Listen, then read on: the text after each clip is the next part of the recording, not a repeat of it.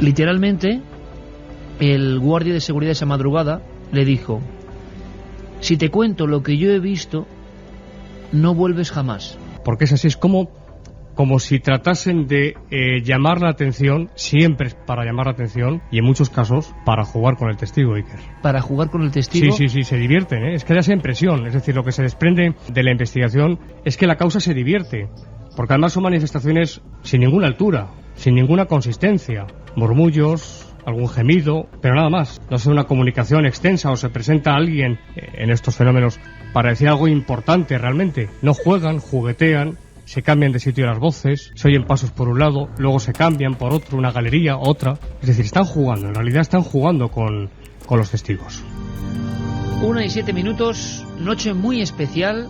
Todas las noches son especiales cuando son noches de radio, pero claro, estamos tan cerca ya de esa fecha sagrada y mítica donde todos deseamos lo mejor, que también queríamos tener un encuentro con todos nuestros oyentes. Esas cartas, los mensajes, esta noche protagonistas. Carmen, buenas noches. Buenas madrugadas, Iker.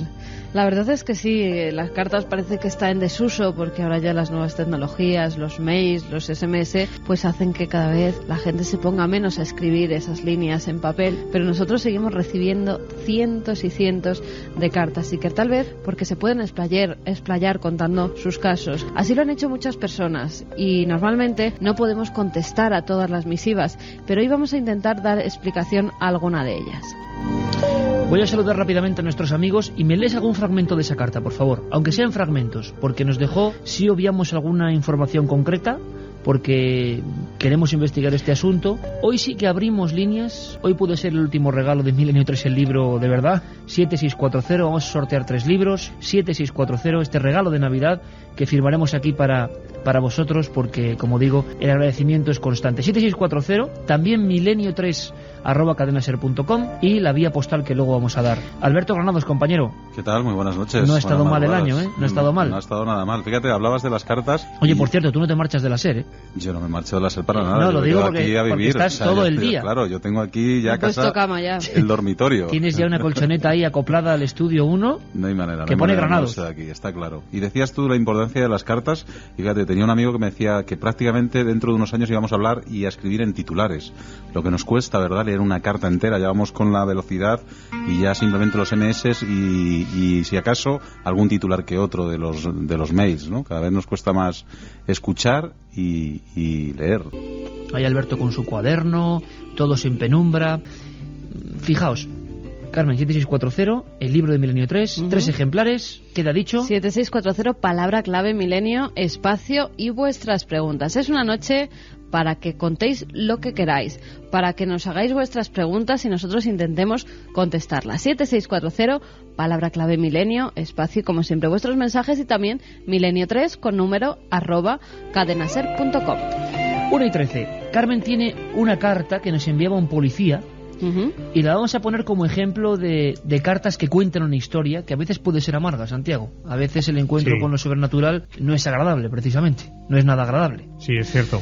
A ver qué me cuentas, qué te inspira, como hemos hecho en otras ocasiones. No quiere decir aquí que don Santiago Vázquez o Alberto o Carmen, y desde luego yo mucho menos, sepamos aquí todo y podamos responder. Simplemente vamos a dar nuestra opinión, que pocas veces lo damos. Este es el programa 502, creo, o 503, y pocas veces. Así que estas noches son muy especiales. ¿Cómo no hacerlo? ¿Cómo no decir lo que pensamos de vuestras historias? Escuchad todos muy atentos, por favor, porque ayer cuando Carmen releí esta carta, a mí me impresionó. Vamos a ver si podemos volver a sentir esa sensación, porque más siendo un policía y más contándolo de esta forma tan gráfica. Vamos a emitir algunos de los datos para que no se pueda identificar a esta persona, que como él mismo nos dice es funcionario del Cuerpo Nacional de Policía. Cuando ocurren los hechos es en una localidad de Cádiz, corre el año 2002 y estaba de vigilante en un edificio que tenía su historia, como luego nos comentará. Nos lo describe, dice que tiene 3 plantas de altura, que ellos estaban en un despacho, ahí se encontraba el puesto de seguridad, había un interior, un gran patio rodeado de muchas ventanas pequeñas, también un campanario que además tocaba las campanas cada media hora y de repente hace la primera ronda.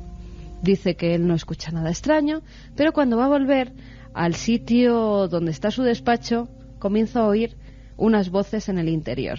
Nos dice voces como de una pandilla de niños. ¿Qué hacía una pandilla de niños en un edificio por la noche donde estaba él a solas?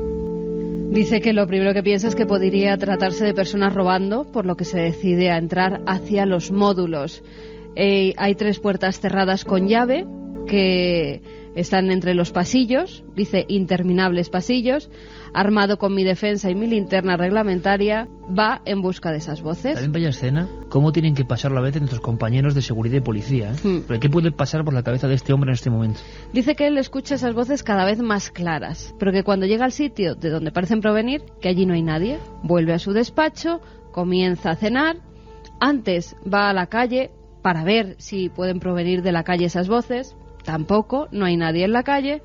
Se pone a cenar y de repente comienza a oír las mismas voces. Dice, con una diferencia, que a la vuelta al despacho ahora las voces no desaparecían, sino que permanecían constantes y claras. Pero ya no eran voces de juego o correteos, sino alaridos, llantos, quejidos, con una claridad tal como si todo estuviera ocurriendo en la habitación contigua. Hay que ponerse en su situación, en la situación de Antonio, porque él, de nuevo con su defensa, sale en busca de esas voces. Va a la habitación de donde cree que vienen las voces y allí de nuevo no hay nadie. Decide hacer una ronda por todo el edificio y cuando está en una de las plantas de arriba, dice que parece que el techo se le cae sobre la cabeza. Un estruendo terrible. Era techo de uralita o de plástico, con lo cual era imposible que no se viera y que además aguantara ese golpe que él describe como algo, como si se hubiera caído un piano encima de una plataforma de plástico, por ejemplo. Dice que vuelve al despacho y que desaparecen las voces, pero que empiezan los ruidos. Tales son los ruidos que se tiene que ir corriendo, y así lo dice, y pasar la noche de vigilancia en su propio coche. Y creo que incluso le pregunto a algunos compañeros, ¿no? Sí, cuando van a hacer... La carta es muy extensa, ¿eh? Sí, estamos dando fragmentos pequeños. Cuando van a hacer el cambio con el vigilante que viene a hacerle el relevo, pues entonces le dice que si él ha vivido algo extraño allí porque ha pasado una noche malísima, con ruidos que no saben de dónde vienen, y el otro le dice, si yo te contara lo que he tenido que vivir aquí. Nuestro amigo Antonio dice que fue la única vez que se atrevió a hacer la ronda allí esa noche, y que no es el primero ni el último, porque incluso las distintas agencias de seguridad que estaban contratando tenían problemas para que los agentes fueran allí. Ninguno quería ir. Literalmente, el guardia de seguridad esa madrugada le dijo, si te cuento lo que yo he visto, no vuelves jamás. He aquí una historia, una de tantas historias que investigaremos en profundidad. Repito, hoy nos la envía un hombre que es policía. Gritos, alaridos, golpes, una pandilla de niños. Santiago, ¿esto a nivel parapsicológico qué sería? Serían varias cosas. Siempre tenemos que descartar posibles causas naturales. En primer lugar, se podría pensar, y es normal, en un fenómeno de sugestión. Pero claro, hay un dato que, en mi opinión, Iker, me hace descartar esta hipótesis. Y es que ya son 2 los testigos que por separado, experimentan estos fenómenos. Eso ya descarta que sea un fenómeno sugestivo, de sugestión, o, ¿por qué no?, de alucinación. Tenemos, por un lado, un fenómeno de clariaudiencia. Clariaudiencia. Exactamente, hemos clariaudiencia. hablado en alguna ocasión de este fenómeno. Así es. Es contrario, diferente de la psicofonía, que solo se registra en cinta magnetofónica y después hay que ponerla. Clariaudiencia es cuando uno está escuchando la causa paranormal, vamos a llamarlo así. Exactamente. Esas voces de niños. Por otra parte tenemos, antes hay que decir que la causa, como ocurre tantas y tantas veces, Iker, es una causa inteligente. Porque cuando, como nos contaba Carmen, cuando llega este vigilante a esa sala, las voces cesan, se callan. Santi. Sí. Porque además esta noche creo que hay que tener libertad para decir nuestras opiniones y que los oyentes que siempre que hacemos estas experiencias, las hacemos 1 o 2 veces por año, se unen en masa, van a llegar un montón de casos interesantísimos que serán investigados. A mí viene una cosa que te lo pregunto, y os lo pregunto, abro, por supuesto, la tertulia permanente de esta noche especial. Da la sensación de que a veces el fenómeno llama al vigilante, o sea, le hace desplazarse por esos pasillos, llama su atención para luego desaparecer. Qué absurdo, qué cosa más rara, ¿no? ¿Por qué? Es cierto. Para llevarla hasta un lugar, ¿para qué? Es cierto, es cierto. Es como si en algunos casos, no en todos, pero en muchos de ellos, es como si la causa paranormal, entre comillas, jugase con el testigo o con los testigos. Da esa impresión. ¿Y es habitual que sean voces de niños, de grupo de niños? Es frecuente, hay más de un caso. Por ejemplo, en el Palacio de Linares, famoso, actual Casa de América, se dio en varias madrugadas. Efectivamente me parece un comentario muy acertado porque es así, es como si tratasen de llamar la atención, siempre para llamar la atención, y en muchos casos para jugar con el testigo, Iker. ¿Para jugar con el testigo? Sí, se divierten, es que da esa impresión, es decir, lo que se desprende de la investigación es que la causa se divierte, porque además son manifestaciones sin ninguna altura, sin ninguna consistencia, murmullos, algún gemido, pero nada más. No es una comunicación extensa o se presenta alguien en estos fenómenos para decir algo importante realmente. No juegan, juguetean, se cambian de sitio las voces, se oyen pasos por un lado, luego se cambian por otro, una galería, otra. Es decir, están jugando, en realidad están jugando con los testigos.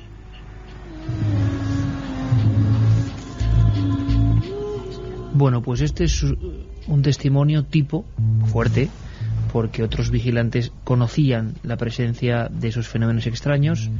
Habría que ver también la historia de ese lugar, ¿no? Uh-huh. Si realmente, por ejemplo, Santi, una buena investigación siempre es ver la historia de ese sitio.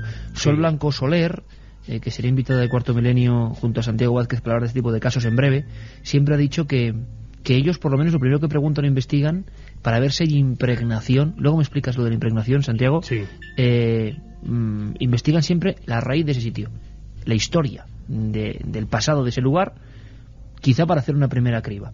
Pero estas son las historias de esta noche, estas son las cosas que queremos comentar con vosotros y, si es posible, ayudaros en el sentido de desdramatizar un poco y conocer que esto ocurre. A veces una persona se siente aliviada al comprender que no solo le ha pasado a él, sino que es algo que está ahí, que ocurre de vez en cuando, que uno no está loco, ni mucho menos por haber escuchado esos gritos y esos alaridos.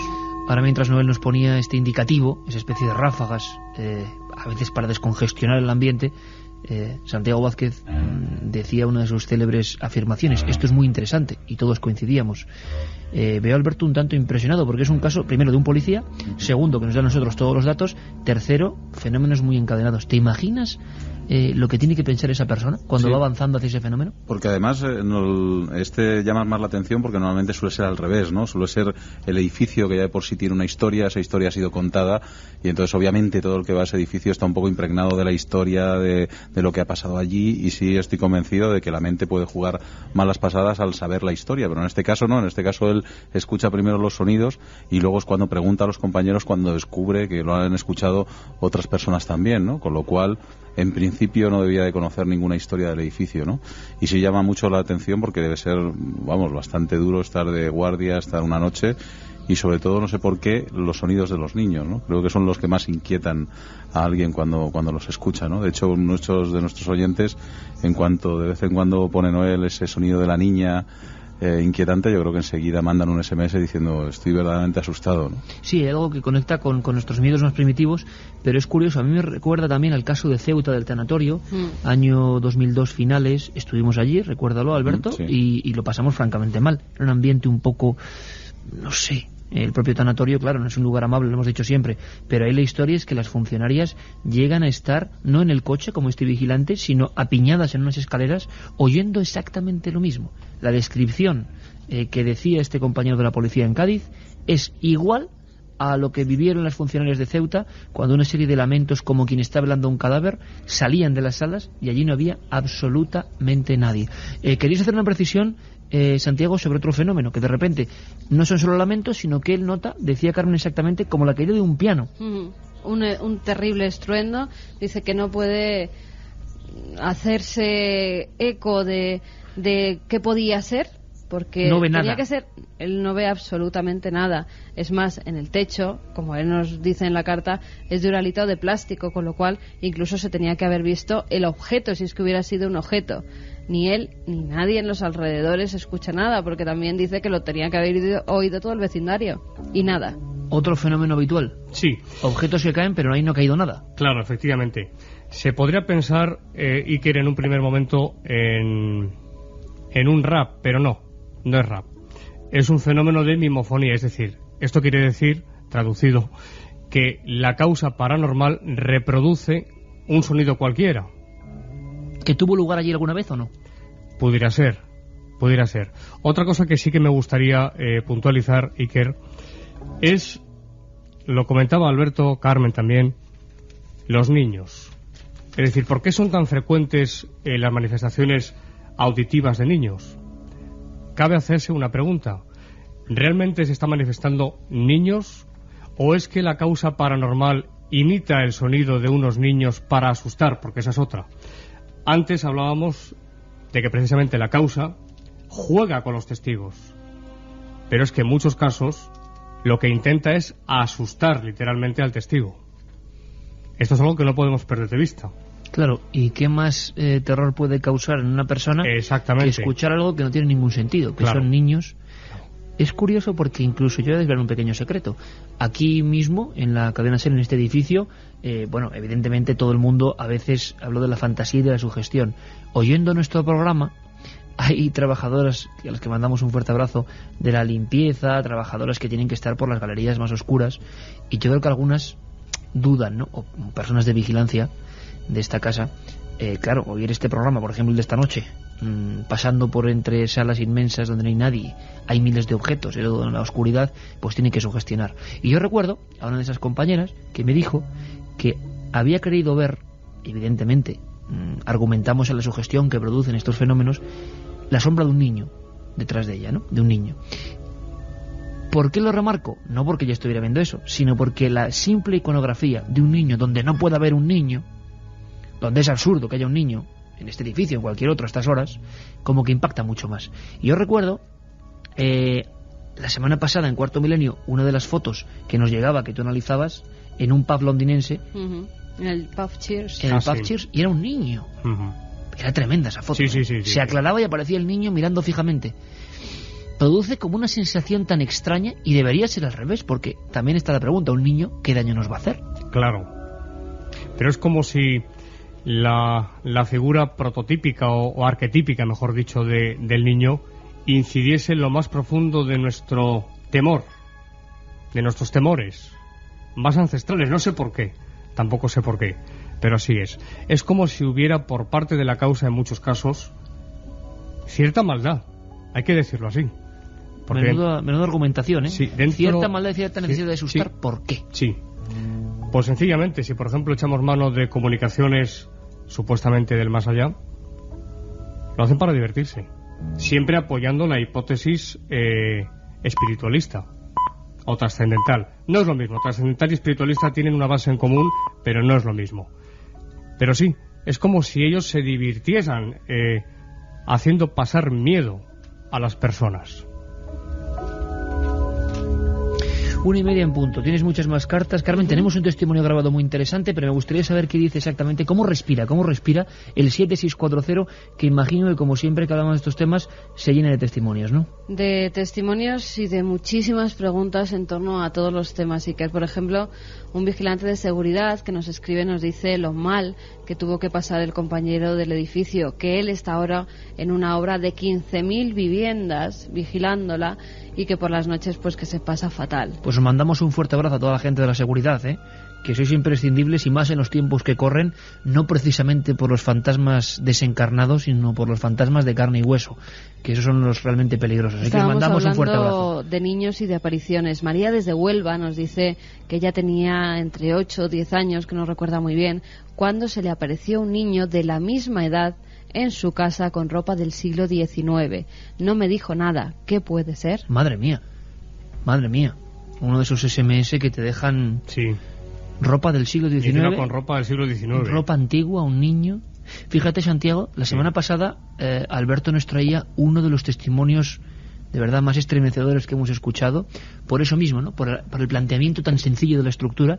Era una niña en una casa, ¿recuerdas, Alberto? Sí. Que dejaba la puerta, ella salía al rellano, entonces para hacer un recado al ascensor, pero dejaba la puerta abierta de su propia casa, imagínate la escena.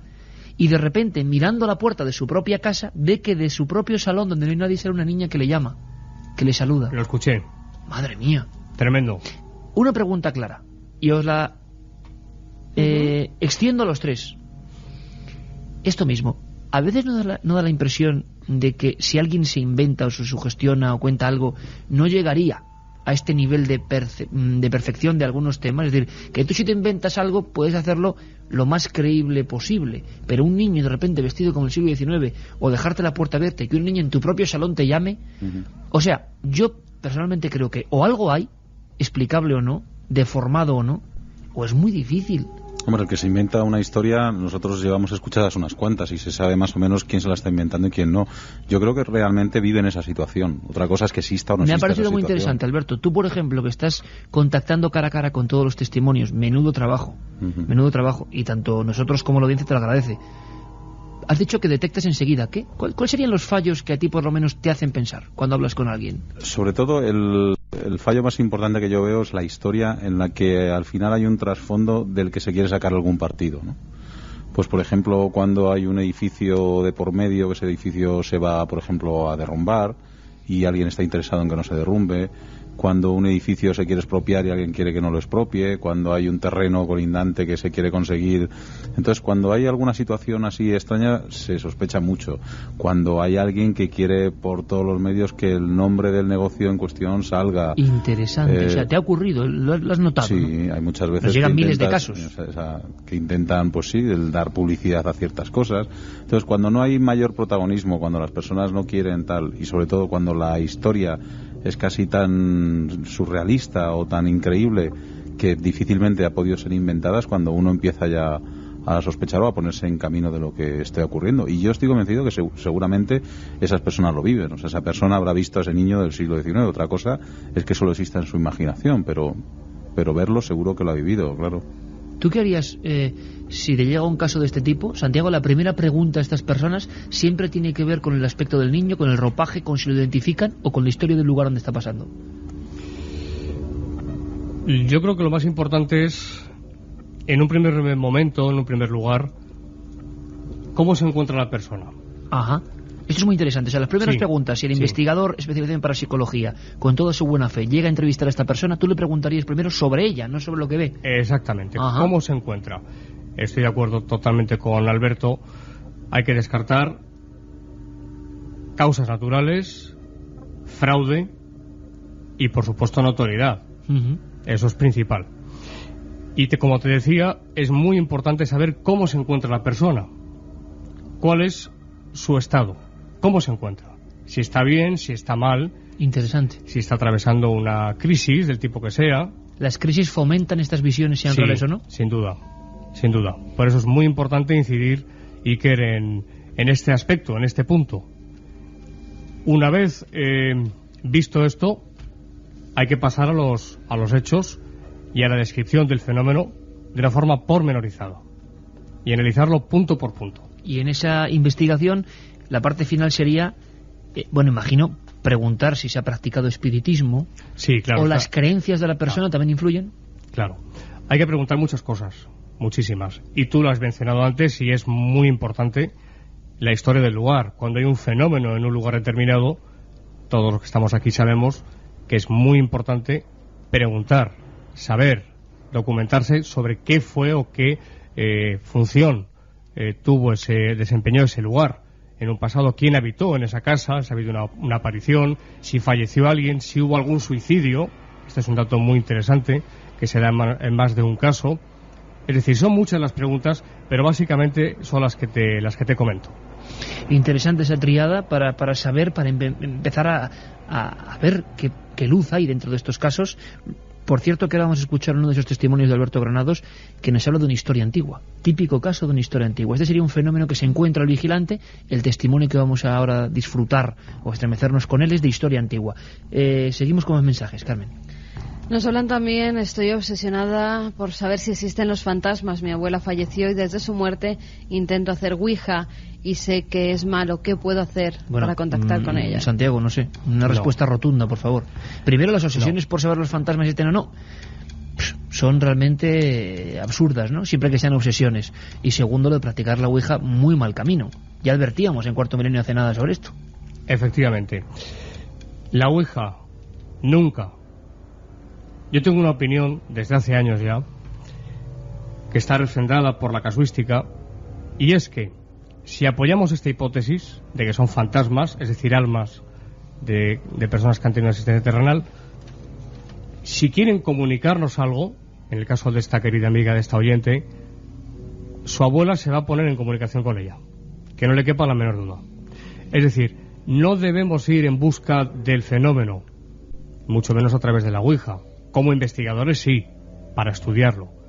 Hablo de provocar. Pero como una necesidad emocional. Claro, no. nunca, efectivamente. No hacer una ouija para contactar con un ser fallecido. Es peligrosísimo por las razones que todos conocemos. Y los fantasmas, según la casuística, es abundantísima desde... Hay testimonios desde hace siglos. En mi opinión, los fantasmas existen. Noche de opiniones a corazón abierto. En la mía también, de carne y hueso, y muchos por la calle. muchos. ¿Y de los otros? De los otros no lo tengo tan claro. Ni creo que las abuelas, los abuelos, los seres queridos vengan a visitarnos en presencia, vamos. No. ¿Seguro? Seguro. ¿Y las visiones que tenemos cuando un ser...? Eso es otra cosa. Eso es otra cosa, sí. O sea, que una persona muera. Otra cosa es ver, por ejemplo, en los estados cercanos a la muerte que han tenido muchas personas, algunos familiares, o que incluso intuyan que en ese mismo momento está falleciendo un ser querido, e incluso puedan verlo, como ha pasado en numerosas ocasiones, en su casa despidiéndose de ellos. Eso creo que es otra cosa que no sería un fantasma, puede ser cosa del cerebro mismo que nos está avisando por un lazo invisible que tenemos de familiaridad con una persona muy querida, pero no porque se nos presente un espectro en nuestra habitación. Siempre tiene una connotación peyorativa, yo creo, ¿no? Da la impresión de que es una persona o una entidad, exista o no, ligada a un lugar, ¿no? Y permanentemente un poco aterrando a la gente que lo ve, porque desde luego no tiene que ser nada agradable. Y esto otros serían como señales. Pero claro, lo que mucha gente ve, y tú bien lo sabes, y todos aquí lo sabemos, es la imagen, por ejemplo, de un ser querido en el mismo momento o en esas horas, ¿no? Es tan extraño todo. Y fíjate, en este caso en concreto, esta oyente nos decía esa pequeña obsesión de intentar contactar con su abuela fallecida, ¿no? Hay culturas en las que precisamente eso no está bien visto, y a las almas de las personas que han fallecido hay que dejarlas tranquilas, no pensar en ellas, para que esas almas puedan seguir su camino, ¿no? Y yo creo que es una buena iniciativa. Es decir, hay que acordarse de los seres queridos, hay que pensar en ellos, pero yo creo que esa obsesión de intentar contactar por todos los medios y demás, yo creo que cuando uno fallece tiene su camino terminado de momento, y que es mejor dejarle continuar. Claro, como todas las obsesiones. Luego te pregunto, Santi, por uno de los grandes peligros de estos temas, que no está en esos seres o visiones, sino en la dependencia. Sí, en la obsesión, que la persona puede acabar muy mal. Puede acabar fatal. Carmen comentaba algo que es muy interesante. Hablaba de ese fenómeno de aparición, que hay una casuística también muy abundante. Es el fenómeno conocido en parapsicología como telepatía en crisis. Pero claro, esa telepatía en crisis se da en los momentos agónicos de la persona que está falleciendo, que se está ahogando en un río. Conozco un caso, por ejemplo, de una persona que se está ahogando, y en esa situación se presentó a varios cientos de kilómetros de distancia a un familiar y se apareció. Afortunadamente no murió. Pero claro, ¿qué ocurre, por ejemplo? Yo planteo simplemente la pregunta: ¿qué ocurre con personas que, para empezar, no creen en que exista una vida después de la muerte, que no creen en los fantasmas, que no creen en estos temas, y que un buen día, porque no tiene por qué ser por la noche, hay apariciones muchas durante el día, por la mañana, por la tarde, ven a alguien que ni siquiera conocen, y que más tarde, a través de una investigación, se sabe que esa persona murió hace unos años? Luego cuento una cosa que a mí me reveló hace un tiempo Germán de Argomosa, del que siempre hablamos mucho Santiago y yo. Yo creo que era Hans Bender, que era una persona relacionada con el mundo universitario y que creía fielmente en la parapsicología desde el punto de vista de los fenómenos generados por el ser humano. Así y que es. en cierto sitio en España, en Jaén, y si no recuerdo mal, puedo estar aquí en el sitio, en un lugar turístico de Jaén, ciudad de Jaén, en un hotel de traza antigua, ellos se quedaban allí cuando estaban investigando el tema de Belmez. Germán lo contaba con mucha... él está descansando, leyendo, en un típico sillón de orejas, de cuero, delante de la puerta, y delante del marco de la puerta, lentamente, una figura en la que él, a lo largo de 40 años de estudios, poco menos que no podía creer, por su filosofía Claro. de estos fenómenos. Y pasa lentamente por delante de la puerta y produjo un intensísimo descalabro en la estructura mental que ese hombre tenía, ¿no? Es decir, es como si de repente te encuentras con algo en lo que te has afanado en no creer, ¿no? Lo que pasa es que también es cierto que la comunicación tampoco sabemos si hemos avanzado tanto o no hemos avanzado tanto, ni se conoce tanto el cerebro humano, ¿no? Si estamos viendo que científicamente sí es posible que animales o incluso insectos se comuniquen con mucha distancia y con mucha distancia en el tiempo y demás, a lo mejor puede ser posible también que el cerebro tenga en alguna ocasión alguna celda en la que se quede almacenada ahí, o que nos comuniquemos de alguna otra manera de la que conocemos También. en la actualidad. Lo que pasa es que parece que nos da mucho miedo que haya algo exógeno en nosotros, es normal. Da menos miedo que sea fenómeno nuestro, porque en el fondo reside en nosotros, que sea de fuera, porque se plantean entonces las mismas inquietudes y terrores que ha tenido el ser humano en todo el medievo, en toda la antigüedad, y siguen ahí. Fíjate que yo te escuchaba esta tarde en uno de tus programas de Ser Curiosos, Alberto, y contaba, creo que la directora de una revista, algo muy interesante sobre una especie de rana. Me ha dejado muy alucinado. Sí. Que se congelaba a sí misma, o sea, que el corazón, los músculos, se congelaban, se convertía esa rana en un cubito de hielo conscientemente y luego se desfrigorizaba. O sea, si eso no es magia, Ujú. claro, unos órganos vivos que bombean sangre, que se convierten poco menos que en hielo. Y nada, y lo cuentan como una cosa más. Claro, ¿hasta qué punto hay ciertas facultades asombrosas, más aún en un ser más perfeccionado, entre comillas, como el ser humano, ¿no? ¿Y cuántas de esas pueden generar visiones? Seguimos porque hay, como siempre, aluvión en el 7640. Estábamos hablando de la Ouija y nos llegaba también una carta de Juan Carlos, nos la escribía desde Cantabria y nos contaba un suceso también bastante terrible en relación a este tablero, ya podríamos llamarlo maldito. Nos dice que ocurrió en el año 89. 5 amigos, uno de ellos compra o se hace con una Ouija y les dice que por qué no se van a su casa todos a realizar este jueguecito. En un principio empiezan todos un poco de guasa, dice que bastante a cachondeo se lo estaban tomando. Es unas sesiones que siempre peor acaban, ¿eh? Sí. Las de guasa y cachondeo son las que peor acaban. Que Sí. José era el dueño de la casa y del juego, que comenzó a leer el libro y a invocar varias veces, pero el máster no se movía y al final pues lo dejan. Dicen que allí no pasa nada y que nada. Vuelven a hacer otro día la Ouija. Y entonces empiezan a preguntar cosas como quién era el espíritu, si era bueno o malo, lo típico que se hace en una reunión de amigos. Pero en este caso, el vaso comienza a moverse. Y dice que es Satán. Escribe las palabras. Gran clásico también, ¿verdad, Santiago? Gran clásico, yo lo creo. Y da un mensaje. 2 de las personas que están allí, dando los nombres, los vamos a omitir para que nadie se identifique con ellos ni sus familiares, que iban a morir jóvenes. Él nos dice que de repente ese máster comenzó a moverse muy rápidamente, no lo podían parar y ya nadie tenía los dedos encima de él. Nadie movía aquel máster, nos dice. A los 2 años aproximadamente, uno de ellos tuvo un accidente con su moto, se chocó contra un muro y se abrió la cabeza. En el año 1996 yo iba a trabajar a las 7 y pico de la mañana y vi una furgoneta accidentada. Cuando volví por la tarde del trabajo me enteré que había sido el otro chico al que la Ouija había dado su nombre. Había muerto decapitado por el accidente.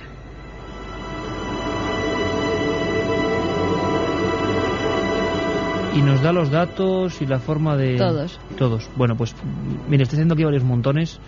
Desde luego esto hay que investigarlo, hay que corroborarlo, porque esto es terrorífico. Tremendo, ¿eh? Acuérdate. Pero nos recuerda a las escenas de la película La Profecía. Sí, Estaba sí, viendo sí, yo, sí. poco menos, hombre. Y lo que nos contaba el otro día... Nombres, el apellidos, psiquiatra- datos y gente como cualquiera de Claro, nosotros. el psiquiatra Gaona, que tenía pacientes que estaban convencidos que iban a morir de cierta manera y al final terminaban muriendo de esa manera. Eso a veces también es muy significativo, ¿no? Cuando tú o te han dicho que vas a morir joven o alguien te dice que tienes una enfermedad, aunque te la hayan dicho por un error, tú llegas a tener todos los síntomas de esa enfermedad. con lo cual el cerebro también juega muy malas pasadas. Hombre, fíjate qué curioso, Santiago. Ahora seguimos escuchando, hacemos una barrera buena de historias y de preguntas, porque claro, como siempre estas noches 7-6-4-0 a reventar, y además será la última ocasión del año en que podamos hacerlo, desde luego. Santiago, Sí. a mí me interesó mucho eso que decía José Miguel Gaón, el psiquiatra y compañero en Cuarto Milenio, que hablaba de, fíjate, te va a sonar esto, una mujer que creía que iba a morir atropellada y al final murió atropellada, un hombre, no me acuerdo. ¿Tú recuerdas un caso que nos contó Germán de Argumosa de la nefasta influencia de algunos videntes y algunos sinvergüenzas y sacacuartos, cómo ejercen alguna presión sobre algunas personas y le convencieron a una persona de que iba a morir atropellado? El hombre ponía todas las digamos salvaguardas para que eso no ocurriera, se convertía en una obsesión. ¿Y qué pasó? Que murió. Hay que tener mucho cuidado con la sugestión. Una mala idea puede llevar a la muerte.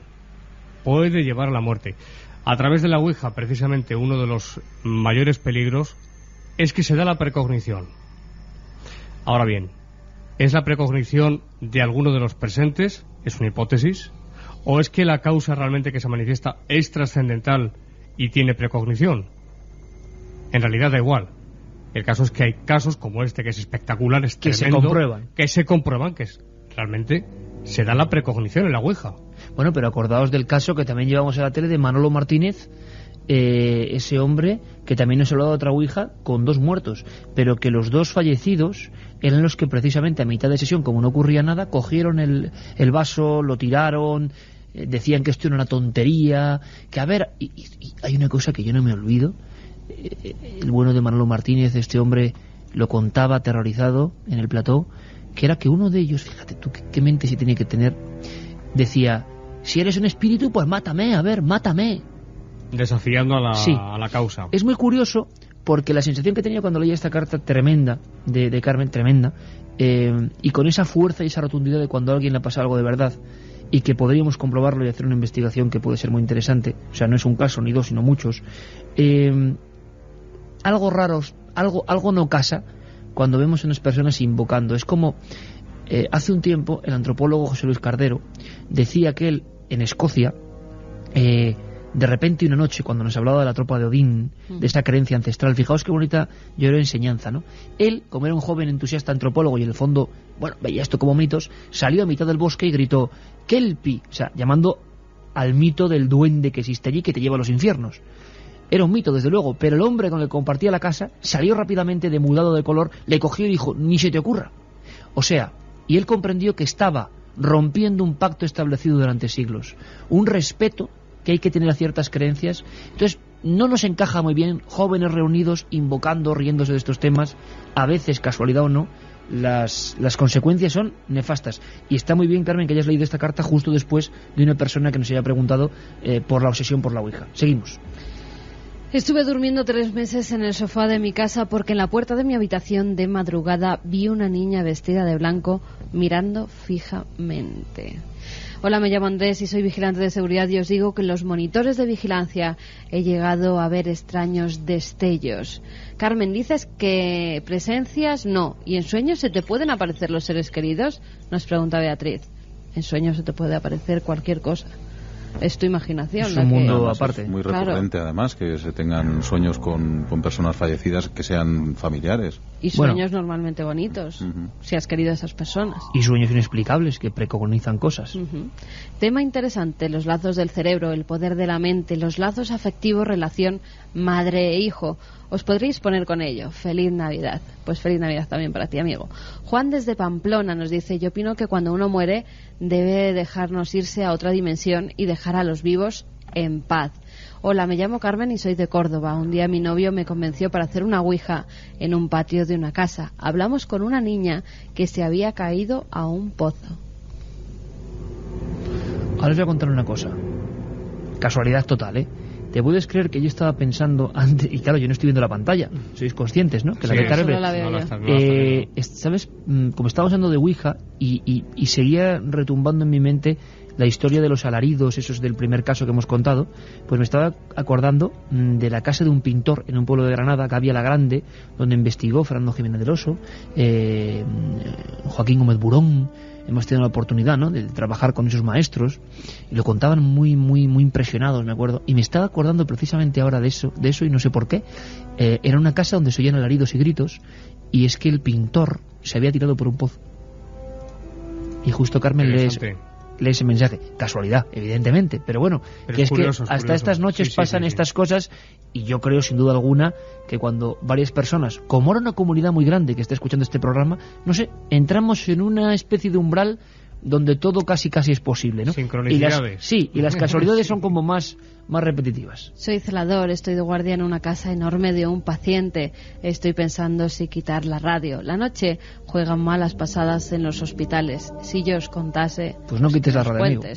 Y además que nos cuente lo que pasa en esos hospitales. ¿Pueden ocurrir fenómenos extraños en un lugar sin un pasado terrible? Se pregunta Fer desde Zaragoza. Interesante, Santiago. Sin duda sí. Sí, porque la cuestión es que los fenómenos pueden partir de dos focos. O bien de la causa, que está adherida, vamos a decirlo así, o impregnada en ese lugar, una casa, pero también la causa puede acompañar a una persona. También puede acompañarla. Ha habido casos de personas que se han ido a otro domicilio pensando que la causa era la casa y los fenómenos se reproducían en su siguiente hogar.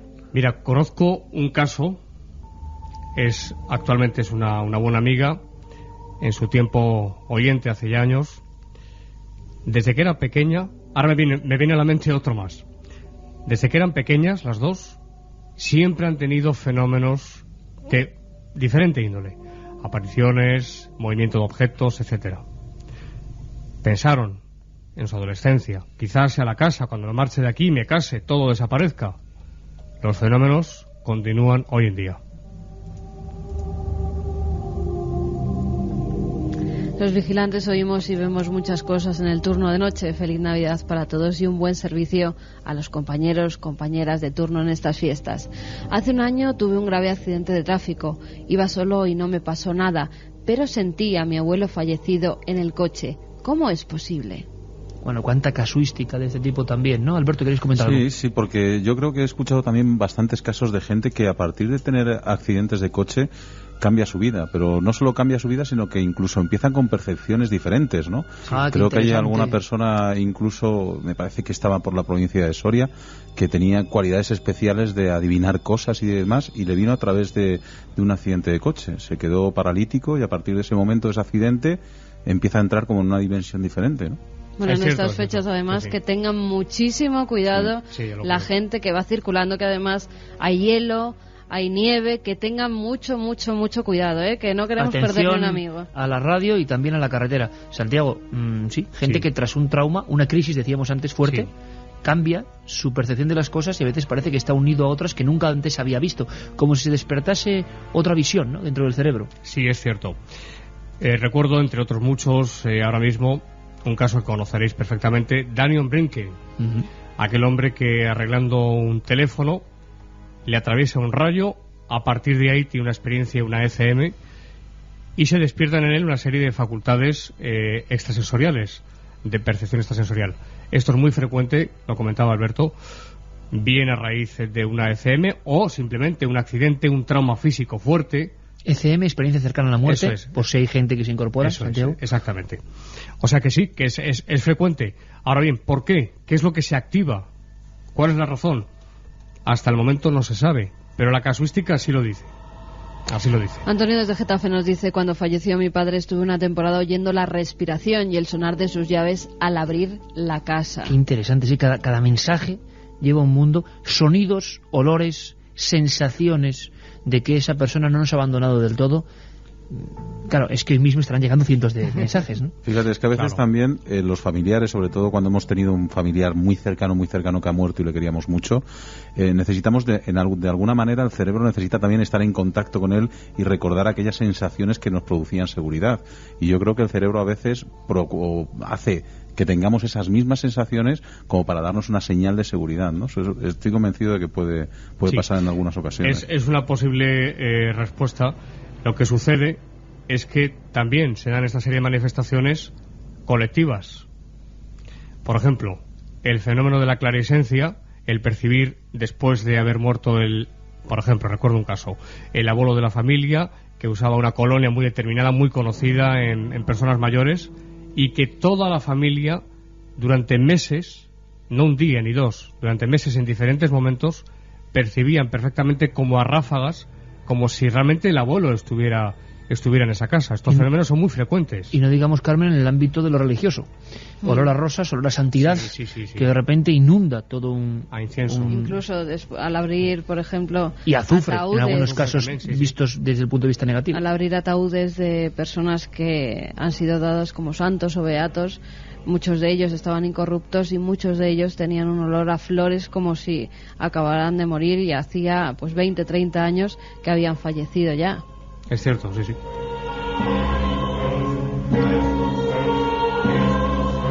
Tuve que ser exorcizado a causa de hacer la ouija y ahora me he indignado ver en una juguetería la tabla al alcance de los niños por solo 2 euros. Ahora, buah, Tremendo. Terrible. es que de verdad, qué tremendo, irresponsabilidad. Tremendo. Yo ayer lanzaba una arenga, Santiago, Sí. contra la permisividad de Internet. Sí. Me salió del corazón. Sí. Yo no sé si luego recibiré 6 o 7 Bueno, críticas. fíjate, la ouija por internet. Nos ha escrito muchísima gente diciendo que la ouija por internet la han probado. Una de ellas resulta que era una chica que nos decía: por favor, decirme que no me va a pasar nada, después de habérselo avisado a través de la radio, a través de la televisión, porque lo primero que la da esa ouija de internet es voy a por ti. El Joder, primer mensaje. Es que no creáis nada de eso, hombre, por favor. Y lo decía Gaona, que no hay ningún interés. Y si es algo raro, ¿para qué probar? No, es que además es un programa informático que tiene las respuestas Claro. ya hechas. Está o sea, que programado. preguntes lo que Claro, preguntes Como te va a dar aquellos- igual. Aquellos boletos de los autómatas videntes, ¿no? Que viene el Monte Higueldo, que Igual. llegabas y cada 6 boletos te tocaba de nuevo el mismo y te decía tu futuro. Pero fíjate qué curioso, fijaos qué curioso, amigos.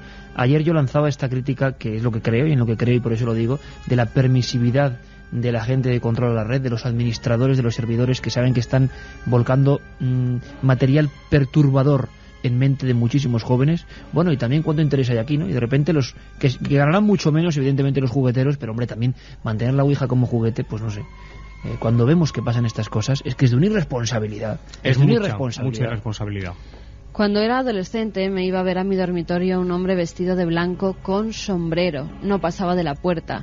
Un día ya no volvió más. Muchas apariciones, Santiago, Sí. la leyenda, la casuística, la imaginación o la realidad, como queramos llamarlo, hablan de figuras que se postran siempre en el umbral, en el quicio de la puerta. Luego te voy a preguntar por eso, si tiene algún sentido o los especialistas han llegado a alguna conclusión. Luego hablamos de ello. Figuras, ¿verdad?, que miran fijamente Sí. desde el umbral de la puerta. Con mi perro he pasado miedo vigilándose. Le ponían los pelos de punta, ladraba a la pared y eso que era adiestrado. Y no quería pasar por un pasillo determinado. Cientos de mensajes están llegando en esta noche abierta, milenio3@cadenaser.com, si queréis explayaros más, y esos tan rotundos que podemos ir leyendo, imposible leerlos todos. 7640, palabra clave milenio, espacio y vuestros mensajes. Noche de investigación, noche, ya que estamos con un invierno recién iniciado, de historias. Ahora nuestros compañeros con todas las noticias, muy atentos.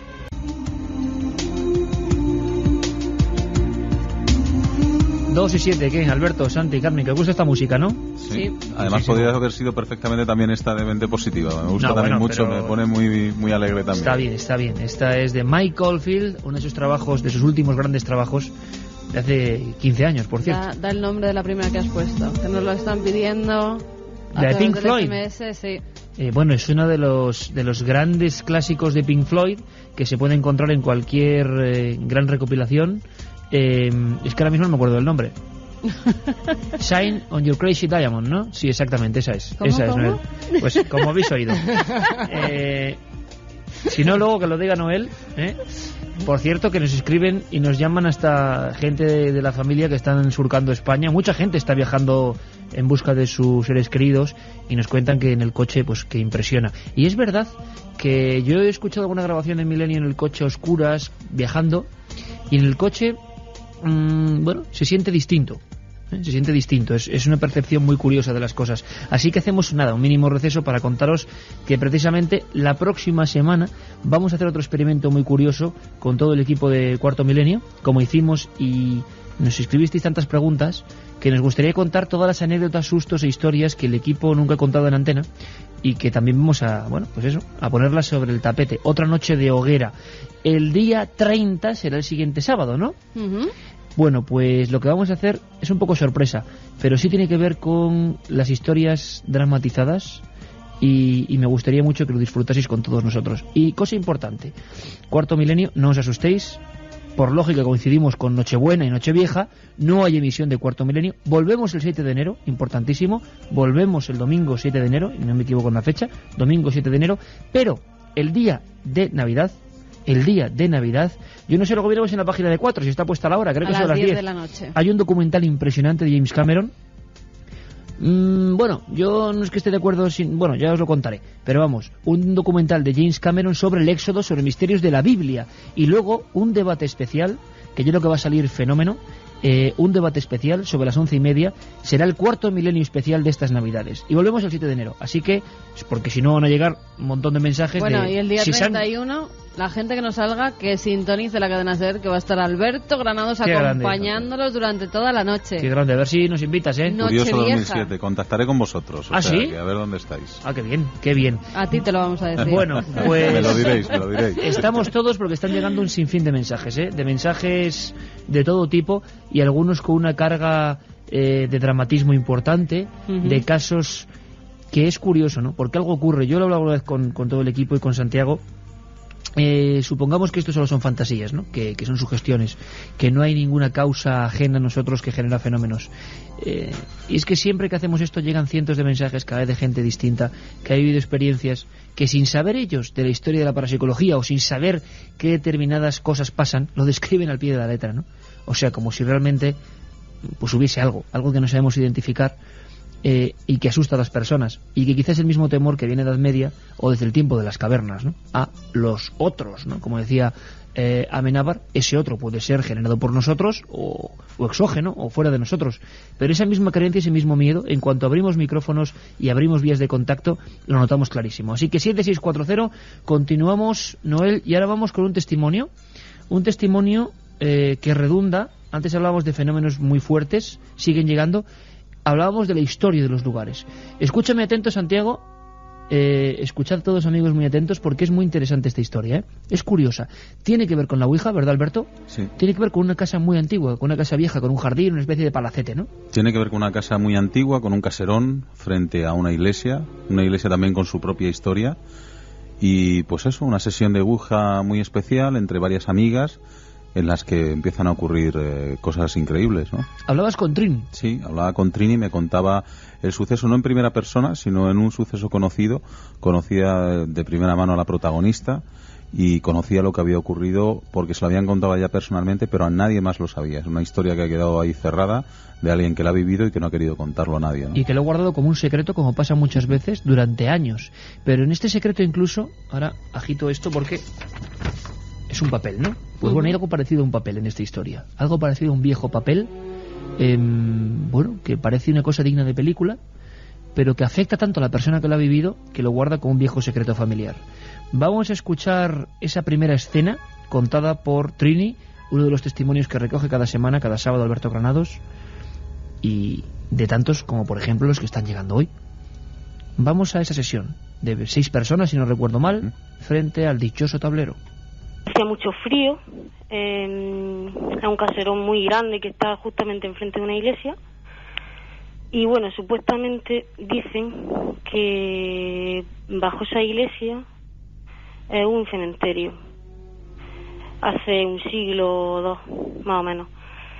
Y bueno, esta chica me contó, Carmen, que bueno, que hicieron la Ouija. Y nada, porque ellas presenciaron, bueno, que notaban que había un espíritu en esa casa, porque escuchaban golpes, ruidos, y bueno, quisieron hacer la Ouija por eso. Y nada, entonces se encontraron con un compositor, dieron con un compositor de música que da la casualidad que es portugués. Dijo que era portugués, pero no llegó a dar el nombre ni nada. sea, quiere decir 2 y 13, siempre en directo, que en esta sesión Alberto no es que aparezca físicamente ni haya ninguna visión, sino que el tablero empieza a hablar de alguien que se autoidentifica, como antes hablábamos de Satán, que es el viejo y gran mito, ¿no?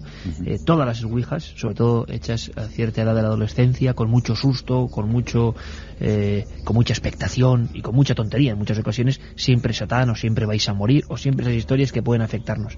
En este caso da una identidad de un compositor portugués. Sí, además me ha llamado mucho la atención porque yo creo que es el primer caso, luego nos contará Santiago, pero tenía pocos casos conocidos así de gente que hubiera hecho la ouija y hubiera contactado con un compositor musical, ¿no? Casi siempre suelen ser entidades extrañas, extraterrestres, algún personaje histórico pero importante, familiares cercanos, pero me ha sorprendido mucho eso, ¿no? Que sea un compositor musical que se pone en contacto a través de la ouija con ellas. Y claro, lo que viene a continuación me sorprendió mucho más todavía, ¿no? Y... Ay, perdón, estoy un poquito nerviosa. Bueno, después de todo eso, bueno, yo me lo contó y no volví a esa casa más. Y nada, estaban allí todas, eran 6 personas. Las de ellas se asustaron mucho y no querían seguir. Pero claro, eso supuestamente es peligroso. No puedes abandonar el juego así sin que te lo pidan el espíritu. Y nada, entonces pues el compositor dijo que tenía una partitura enterrada, lo que es en el jardín de la casa. Y ellas pues no se lo creían. Y entonces pues bajaron y estuvieron buscando por todo el jardín y encontraron una partitura que estaba medio poquito rota, humedecida del tiempo. 2:15, lo curioso es que ellas se encuentran como si fuera, claro, podemos pensar, alguien les estaba gastando una broma, había enterrado ese papel y luego una de ellas había dominado a las demás o no. Lo cierto es que esta mujer, ya la habéis visto, muy impresionada contando la historia, y cuando alguien está nervioso de verdad y lo está pasando mal, pues se nota. Le agradecemos, por lo tanto, como siempre, romper esas barreras, a veces de la incomprensión, del qué dirán, todos los testimonios que vosotros nos ponéis a disposición y que Alberto recoge, pues son una muestra también, yo quiero decirlo siempre, del valor y la valentía de las personas. Para mí, todo aquel que cuenta una historia de este tipo, le haya ocurrido, tenga explicación o no, es un valiente. Está un poco contra el sistema habitual, ¿no? Es el caso, por ejemplo, de Trini. Apareció la partitura, la composición musical, Alberto. La pena es no tenerla para poder, por ejemplo, interpretarla, ¿no? Sí, vamos a intentar conseguirla de alguna manera. Vamos a ver si Trini lo consigue, porque dice que la persona que tenía esa partitura la sigue conservando. Lo que pasa es que como no se la ha contado a nadie, no ha hablado con nadie, la tiene guardada y no ha querido ni mirarla, la tiene guardada y es un suceso olvidado, ¿no? Lo que automáticamente yo le preguntaba si ella pensaba que había podido ser una broma, alguien que les haya... Pero claro, nunca salió nada, ¿no? Y entonces uno puede pensar, o el que hizo la broma era una persona muy macabra que ha estado en silencio durante tantos años, porque esto ocurrió hace bastantes años, y si luego las personas no han hablado de ello, tampoco tenía ninguna significación que ocultaran ese detalle, con lo cual es lo que hace sospechar que por lo menos, no sé, algo raro pasó aquella noche, ¿no? No había nadie, nada más que ellas 6, nada más. Estaban ellas 6 en la casa y nadie más había abajo. Entonces bajaron, fue a los 5 minutos de haberle dicho eso, bajaron y desenterraron trozos, había plantas, en una esquina estaba, y cogieron la partitura. Y es verdad que estaba la partitura ahí, o sea, fue a los 5 minutos de haber deletreado que la partitura estaba ahí, que estaba abajo. Y bueno, supuestamente es del compositor portugués. Desde que vieron aquello se asustaron mucho y no volvieron a hacerla. Y bueno, siguen habiendo ruido en esa casa, la casa siempre está muy fría. Y nada, o sea, el compositor vivió allí, eso sí, dijo que vivió allí hace un siglo. ¿Os imagináis ese viejo compositor portugués encerrado en el palacete y tocando, por ejemplo, estas notas?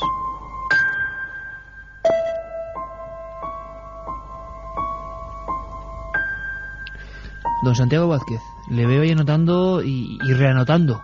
Sí, señor. Vaya historias, ¿eh? Sí, este es uno de los casos que Bender diría caso límite. Es decir, si en la Ouija se manifiesta nuestro inconsciente, que es una hipótesis, se trata de un fenómeno de clarividencia. Yo particularmente, en la mayor parte de los casos, no comparto esta opinión.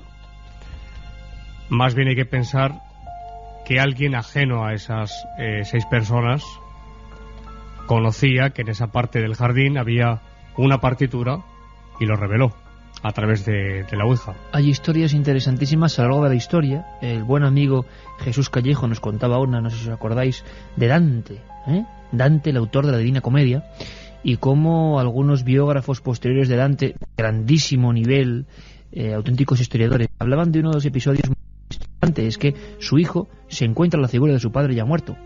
Claro, es que dantesco, nunca mejor dicho, ¿no? Y al parecer las últimas fracciones literarias de lo que era la composición de la Divina Comedia no se encontraban, y había un gran revuelo en la familia de no saber dónde su padre había dejado esos últimos documentos. Y según cuenta, además con cientos de citas, como una especie de anécdota histórica muy curiosa, en su libro Enigmas Literarios, grandísimo trabajo, por cierto, don Jesús Callejo, grandísimo, interesantísimo libro, nos lo contaba aquí. Decía, bueno, pues la aparición señalaba un lugar. Claro. Señalaba un lugar al propio hijo. Sí, sí. Se investiga o se pica en ese lugar y se encuentran los últimos documentos con los que se dio fin a una de las grandes creaciones literarias de la historia de la humanidad, la Divina Comedia. ¿Curiosísimo o no? Bueno, pues sí. Estas historias más o menos legendarias ocurren, y lo curioso es que luego tienen su adaptación en gente normal y corriente. Seguimos abriendo líneas esta noche tan especial. Parece que el invierno, ¿verdad?, es como más proclive escuchar estas historias. Y fíjate, estaba pensando una cosa, Carmen, en estas cartas que tienes aquí en los mensajes, parece que según llega este tiempo de noches mucho más oscuras, mucho más largas, de sensaciones quizá mucho más a flor de piel, de recuerdos, evidentemente, de añoranzas, también de alegrías, de ilusiones, todo más ahí, pues parece que las historias cambian su cariz y se vuelven más tristes, o más profundas, o más dramáticas. Es muy curioso. 7640. Carmen. Vamos con un mail. Un mail. milenio3@cadenaser.com. Eso es. Pilar desde Huelva nos lo escribía. Dice: buenas noches, es la primera vez que os escribo. El motivo es para comentaros que yo siempre había sido muy escéptica con estos temas, pero hace unos 7 años falleció mi abuela materna, a la que estaba muy unida. Unos días después me encontraba conduciendo y la verdad es que iba un poco rápida, cuando de repente sentí como una ráfaga de aire y sin saber cómo me vino a la cabeza mi abuela. Algo normal en esas fechas, pero no sé por qué pensé que podía ser un aviso de algo, con lo cual, ante la duda, desaceleré un poco. A continuación llegué a una salida de la autopista cuando, de repente, un camión de gran tonelaje se incorporó sin hacer el stop. En esos momentos pensé que si hubiese ido más rápida no habría podido evitarlo. Me recorrió un escalofrío por todo el cuerpo y hoy en día no sé si fue casualidad o algo paranormal. Una historia con talante positivo en este caso, Hay muchos casos, además, de personas que creen tener, pues no sé, uno siempre recurre al familiar más cercano, al que más ha querido y el que pero sí, esos presentimientos existen muchísimo, sobre todo cuando uno va en la conducción, de pensar que algo ocurre, no se sabe muy bien el qué, y de repente se pone más atención en la carretera y sucede algo a continuación, ¿no? La verdad es que es increíble. ¿Tiene alguna explicación, o los expertos del mundo de la parapsicología estudiaron también estos casos? ¿Lo determinaron de alguna forma, Santiago? Sí, parece ser que hay una relación entre un fenómeno, hablaba esta oyente, de una ráfaga de aire, y en ese momento recuerda la imagen de un ser fallecido, no recuerdo si era su madre. Su abuela. Su abuela. Lo cierto es que este hecho le hace desacelerar y evitar un accidente. Es decir, conozco un caso de alguien muy conocido que, yendo por una carretera hace unos años, escucha un grito tremendo en el oído derecho, y en ese momento pisa freno. Era de madrugada, muy tarde ya, Lo cierto es que gracias a esa pisada, gracias a ese grito, salvó la vida, porque al final de la recta había una curva y se había quedado sin frenos después. Es decir, le salvó la vida. La gran pregunta, ¿no? Estamos sondeando un montón de temas. ¿Ese grito venía de fuera, un aviso, o venía de dentro? Tú conoces, Carmen, historias de personas que han decelerado tras observar una figura en el arcén de la carretera, y que han decelerado y después el coche que les había pasado a toda la velocidad se había estrellado. Sí, con una niebla muy intensa. Ven como una especie de ermitaño paseando al lado del arcén de la carretera. Pisan el freno precisamente porque se quedan un poco impresionados por esa figura. Un coche en esos momentos adelanta y es ese coche el que tiene el accidente con otro que venía en dirección contraria, salvándose las personas que habían visto a ese ermitaño. Hay más casos que nos llegan en carta también y que tienen que ver con las carreteras.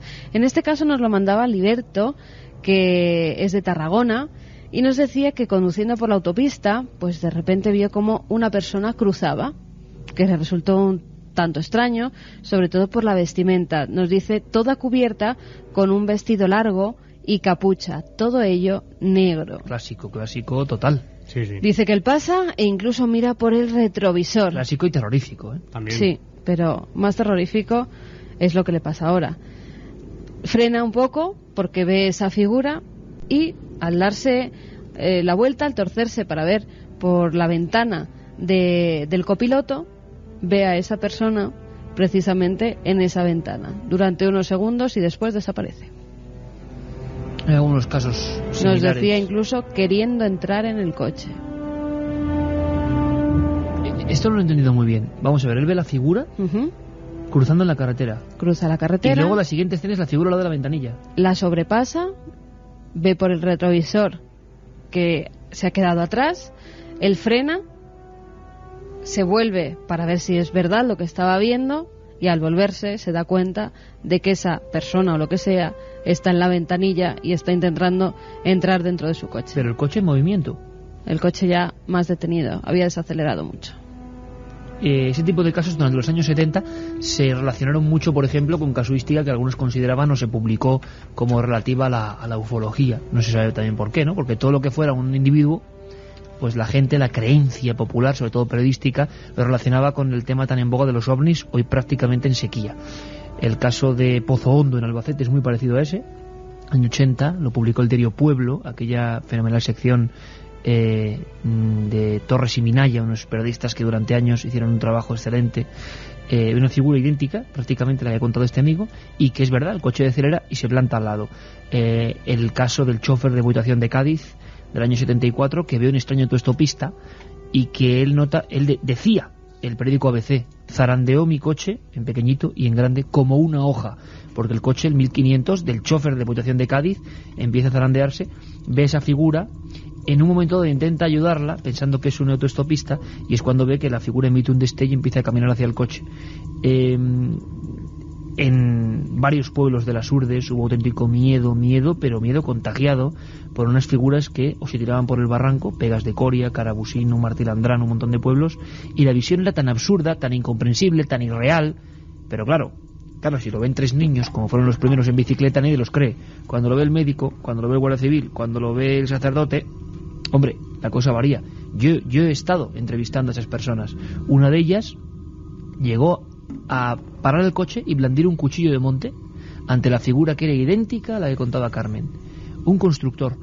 Y yo he estado delante de esas personas y las he entrevistado. Y lo que se veía, recuerdo a un empresario del mundo de la panadería, que claro que tienen que ir muy pronto, cuando todavía no ha amanecido, cerca del pueblo del Carabusino, en las Urdes. Él no, seguía sin creer en nada, que es muy curioso, pero dice que de repente ve un tío alto, vestido como una especie de capa, o sea, algo absurdo, que si lo cuenta nadie le va a creer, él me lo decía, cruza la pequeñísima carretera del Carabusino con sus revueltas, en los lindes entre Cáceres y Salamanca, y ese tío, entre comillas, no le mira, se aparece ausente y se tira por el barranco. Lo que no sabía es que en esas fechas hasta 20 testigos habían visto lo mismo. O sea, una persona o tío, le llaman ahí, que se despeñaba por el barranco. Muy interesante, ¿eh? ¿Qué sentido tiene todo esto? Claro. En plena carretera, de noche, ¿por qué? Antes he anotado aquí en la primera hora, que muchas de estas apariciones, hablamos ahora de apariciones, van en contra de la más elemental lógica de la lógica. Sí, sin lugar a duda. Lo cual no tiene sentido. Es como un mal sueño, como una pesadilla que se está proyectando delante de nosotros.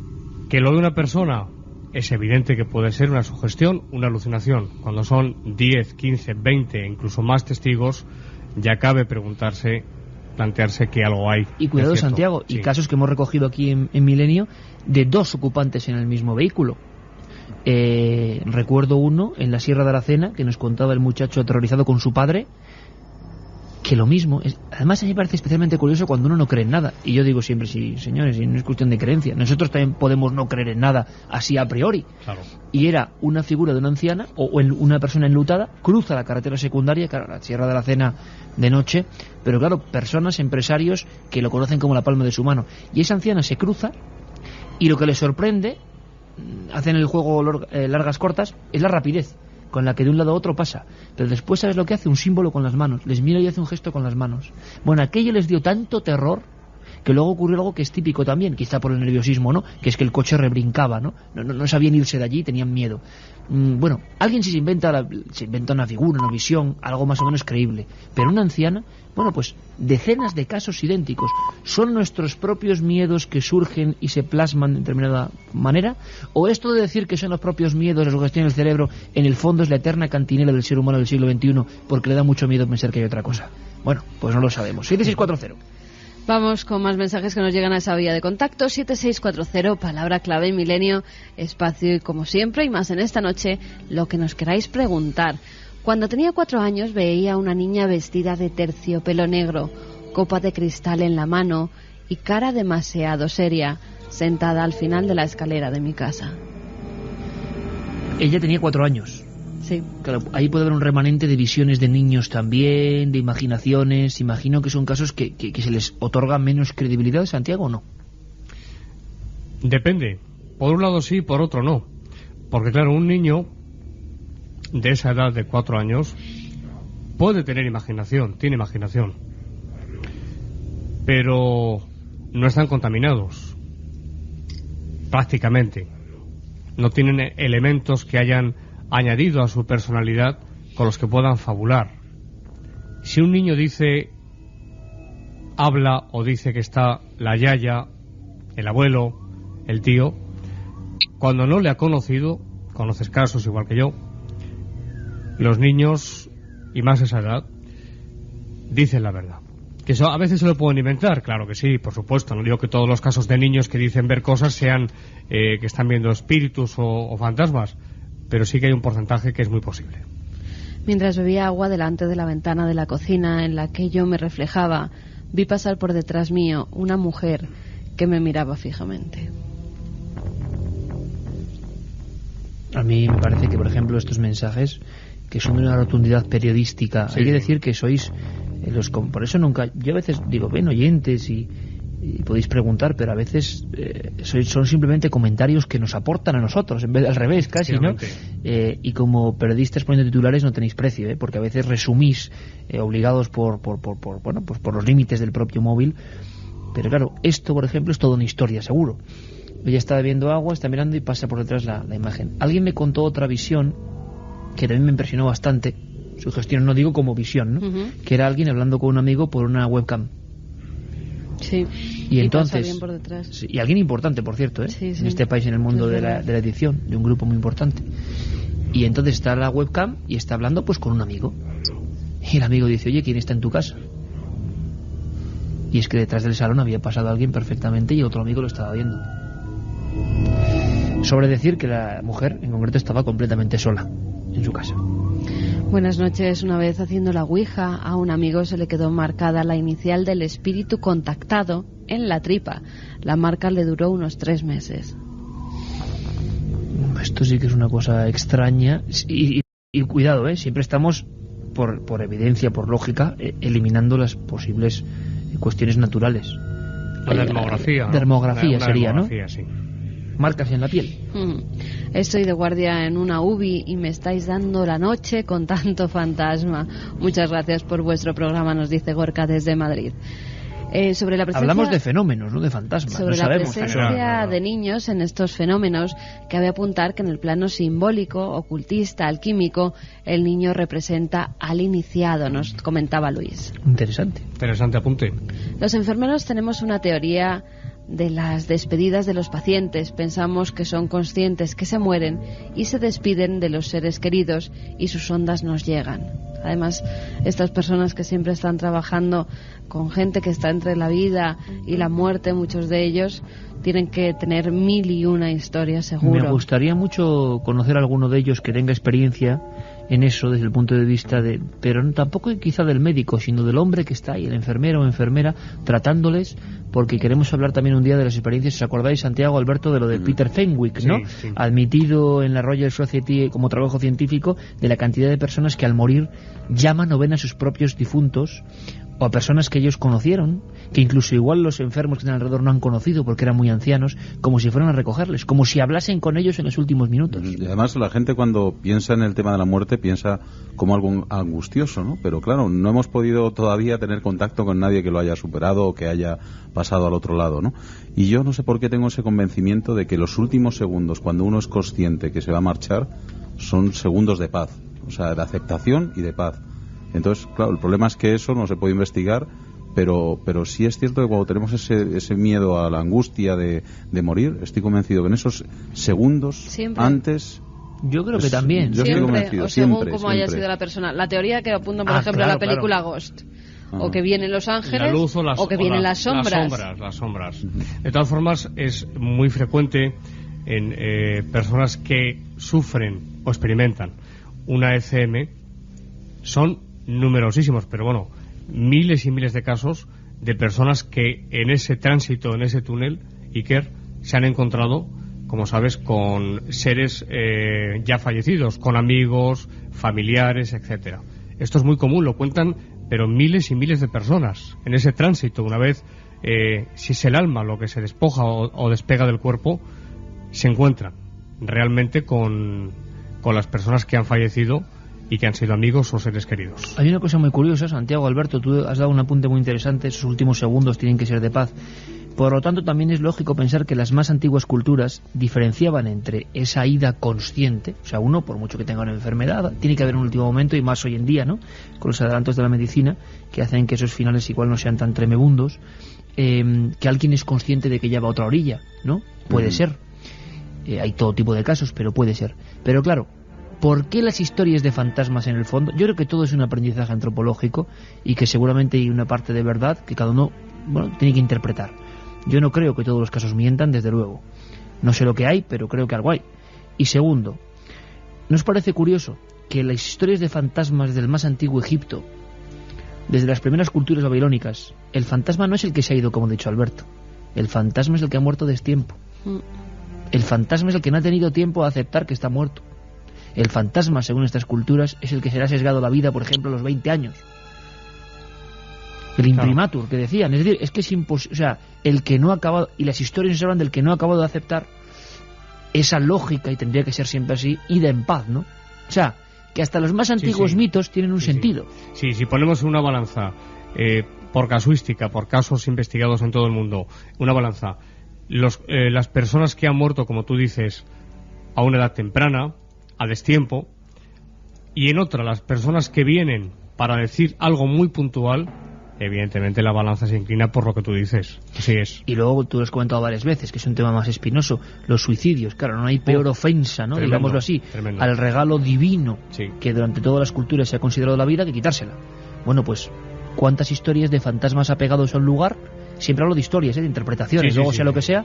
Y claro, con el suicidio, cuanto más dramática la muerte, cuanto más a destiempo, teoría de por qué algunos lugares reflejan esos. Es decir, que todas las culturas antiguas, yo creo que no van puntadas sin hilo, sinceramente. Hola, os escribo desde Fuenlabrada. De pequeña jugué con mi abuelo, una vez muerto.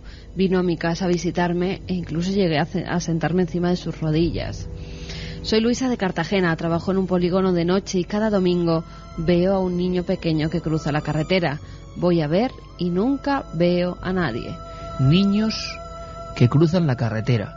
Carmen, hemos escuchado muchas historias de este tipo. ¿Tú te acuerdas de la historia, que hemos contado alguna vez, de Gerona, que de repente 2 o 3 camioneros, tú todavía no estabas en Milenio, Alberto, hace unos cuantos años, fue como, claro, la maravilla, el gran invento del 7640, ¿no? Sin haber hablado de un tema, en la misma zona geográfica, Gerona en concreto, un par de camioneros y algún coche hablan de una historia que han visto en los últimos días, una niña vestida de comunión, Sí. cruzando la carretera. Claro, o son amigos y se lo inventan, y luego no tenían ninguna conexión entre sí y quedan los teléfonos. Interesante. Como una señal, como una indicación, Sí. como decías tú, el absurdo del absurdo, Sí. ¿no? Sí. Mira, hay una cosa que además nos la han preguntado en diversas ocasiones. Alexis desde Gijón lo relaciona con su tía fallecida. Dice que está conmigo, que lo sabe, porque se apagan las farolas de la calle cuando paso. ¿Le pasa a alguien más? Hay toda una teoría sobre toda los una historia, apagafarolas. Es cierto, es cierto. Hay algún reportaje reciente en alguna de las revistas, no sé si en Año Cero, en Enigmas en Más Allá, en una de ellas, creo que Año Cero, pero que vuelve a hablar de los apagafarolas, que incluso en Londres se intentaron hacer experimentos empíricos, ¿no?, sobre algunas personas, que ahora muchas escribirán que es verdad, es que parece que pasan por un lugar y se apagan las farolas. Bueno, pues esto, sea cierto o no, ha hecho correr muchísimos ríos de tinta.